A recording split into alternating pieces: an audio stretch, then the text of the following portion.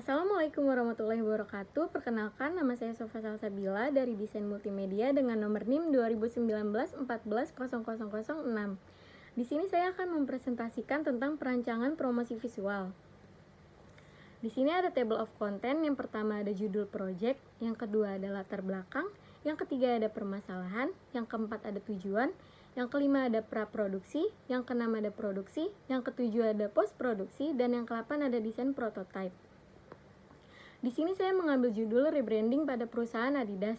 Adidas AG atau juga dikenal sebagai Adidas adalah sebuah perusahaan sepatu Jerman. Perusahaan ini dinamakan atas pendirinya Adolf Adi Dassler yang mulai memproduksi sepatu pada tahun 1920-an. Rancangan baju dan sepatu perusahaan ini biasanya termasuk 3 strip paralel dengan warna yang sama, dan motif yang sama digunakan sebagai logo resmi Adidas.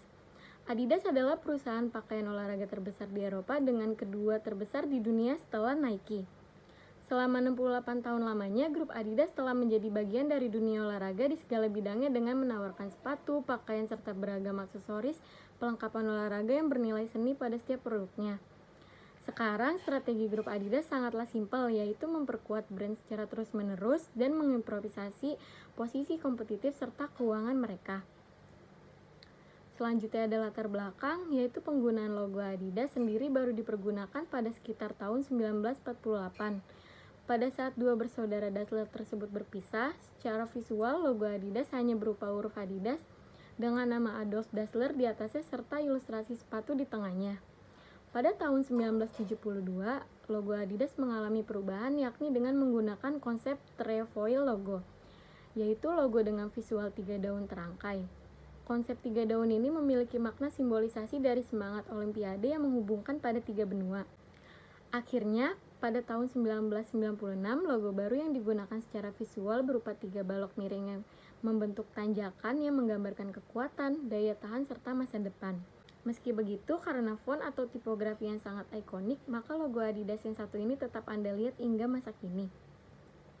Selanjutnya ada permasalahan. Keberadaan logo lama Adidas memiliki kendala implementasi tersendiri di lapangan. Logo lama pada Adidas sulit dilihat pada ukuran kecil, tidak cukup fleksibel, dan bentuk yang rumit membuat logo sulit diingat oleh para konsumen. Selanjutnya ada tujuan.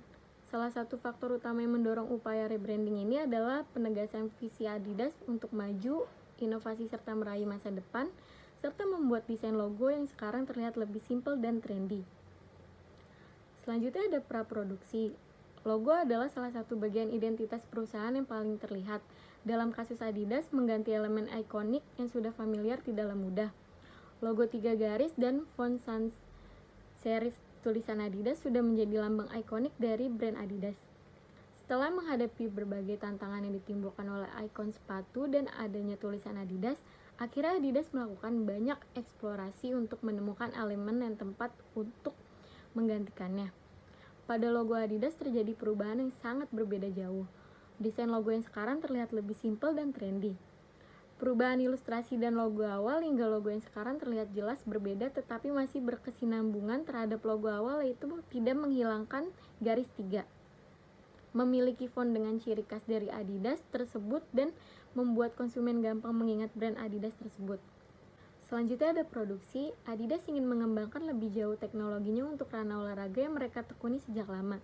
Mereka menelurkan teknologi torsion system yang berada di bawah naungan koleksi equipment pada tahun 1989. Tidak berselang lama, Peter Moore selaku desainer membuat logo baru Adidas yang berasal dari 3 garis vertikal yang dimiringkan 30 derajat ke arah kiri.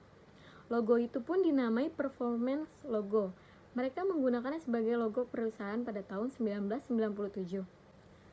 Berlanjut pada 2005, ketika Adidas kemudian mengumumkan penggunaan logo baru, logo itu tetap menggunakan 3 garis horizontal dan tipografi Adidas seperti logo lama. Konsep ini menandakan visi mereka untuk maju, inovasi, serta meraih masa depan. Logo ini juga sebagai payung untuk merek-merek di bawahnya seperti Reebok dan TaylorMade. Kini logo Adidas dengan 3 garis tersebut digadang-gadang sebagai salah satu cerita tersukses. Konsep yang berawal dari 3 panel garis untuk membentuk struktur sepatu itu kemudian menjadi identitas Adidas di ranah olahraga. Selanjutnya ada post produksi. Setelah melakukan proses produksi yang panjang, Adidas mengumumkan rebrandingnya di seluruh platform media sosial dari mulai Instagram, YouTube, website, dan lain-lain. Selanjutnya ada desain prototype. Di sini ada perubahan packaging pada box sepatu dan tas belanja. Kemudian ada juga perubahan pada logo offline store dari Adidas.